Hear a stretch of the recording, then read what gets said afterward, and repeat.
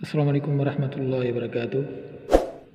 Knowledge of اسلام میں آپ سب دوستوں کو خوش آمدید۔ میں رمضان علی آپ دوستوں کی خدمت میں حاضر ہوں۔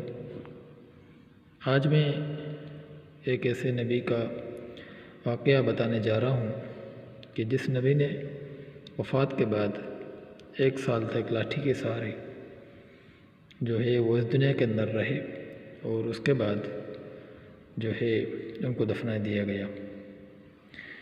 واقعہ کچھ اس طرح ہے کہ حضرت داؤد علیہ السلام نے بیت المقدس اور مسجد اقصیٰ کی تعمیر شروع کی۔ حضرت داؤد علیہ السلام کی وفات ہو گئی، لیکن مسجد اقصیٰ کا کام پورا نہ ہو سکا۔ حضرت داؤد علیہ السلام کے بعد ان کے بیٹے حضرت سلیمان علیہ السلام نے اس کام کو سنبھالا۔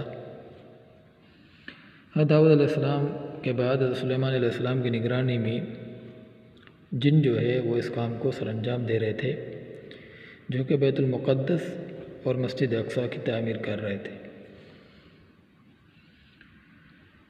چلتے چلتے حضرت سلیمان علیہ السلام کی وفات کا وقت جو ہے وہ آ پہنچا تھا، لیکن بیت المقدس اور مسجد اقصیٰ کا کام ابھی تک کمپلیٹ یعنی کہ مکمل نہیں ہوا تھا۔ حضرت سلیمان علیہ السلام کو پتہ تھا کہ اگر میں یہاں سے چلا گیا تو یہ جنات جو کہ سرکش قوم ہے یہ کام کو چھوڑ دے گی اور یہ کام ادھورا رہ جائے گا۔ حضرت سلیمان علیہ السلام کو پتہ چل چکا تھا کہ میری وفات کا وقت آ پہنچا ہے، تو آپ ایک محراب کی شکل میں ایک کمرہ تھا، آپ لاٹھی لے کر وہاں پر آئے اور اللہ تبارک و تعالیٰ کی بارگاہ میں نماز وغیرہ ادا کی، اللہ تبارک و تعالیٰ سے دعائیں کی اور وہاں پر لاٹھی کے سہارے کھڑے ہو گئے۔ جب حضرت سلیمان علیہ السلام کا وقت مکمل ہو گیا تو فرشتے نے آ کر روح قبض کر لی، اور آپ یعنی کہ حضرت سلیمان علیہ السلام اس عصا یعنی کہ لاٹھی کے سہارے وہ کھڑے رہے، اور جنات یہ دیکھتے رہے کہ حضرت سلیمان علیہ السلام ہماری نگرانی کر رہے ہیں اور وہ زندہ ہیں۔ اس طرح ان کو 1 سال مکمل ہو گیا، اور 1 سال کے بعد ان کا کام بھی مکمل ہو گیا مسجد اقصیٰ کا اور بیت المقدس کا۔ اب اللہ تبارک و تعالیٰ نے دیمک کو، جس کو قرآن مجید میں دابۃ الارض کہا گیا ہے، اس کو اللہ تبارک و تعالیٰ نے بھیجا، اور وہ آئی اور اس نے حضرت سلیمان علیہ السلام جس لاٹھی پر ٹیک لگا کر کھڑے ہوئے تھے اس کو کھا لیا۔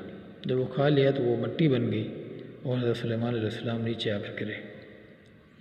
جب حضرت سلیمان علیہ السلام نیچے آ کر گرے تو جنات اور دوسرے لوگوں کو پتہ چلا کہ حضرت سلیمان علیہ السلام کا انتقال ہو چکا ہے، حالانکہ حضرت سلیمان علیہ السلام کی روح 1 سال پہلے جو ہے وہ قبض ہو چکی تھی۔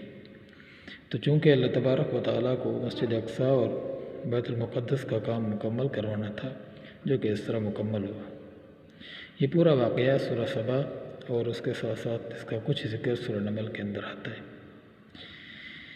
تو اگر آپ چاہتے ہیں کہ ہماری ویڈیوز آپ کو بر وقت ملتی رہیں تو ہمارے چینل کو نالج آف اسلام کو سبسکرائب کریں اور بیل آئیکن کو دبا دیں، تاکہ ہمارے آنے والی ویڈیوز آپ کو بر وقت مل سکیں۔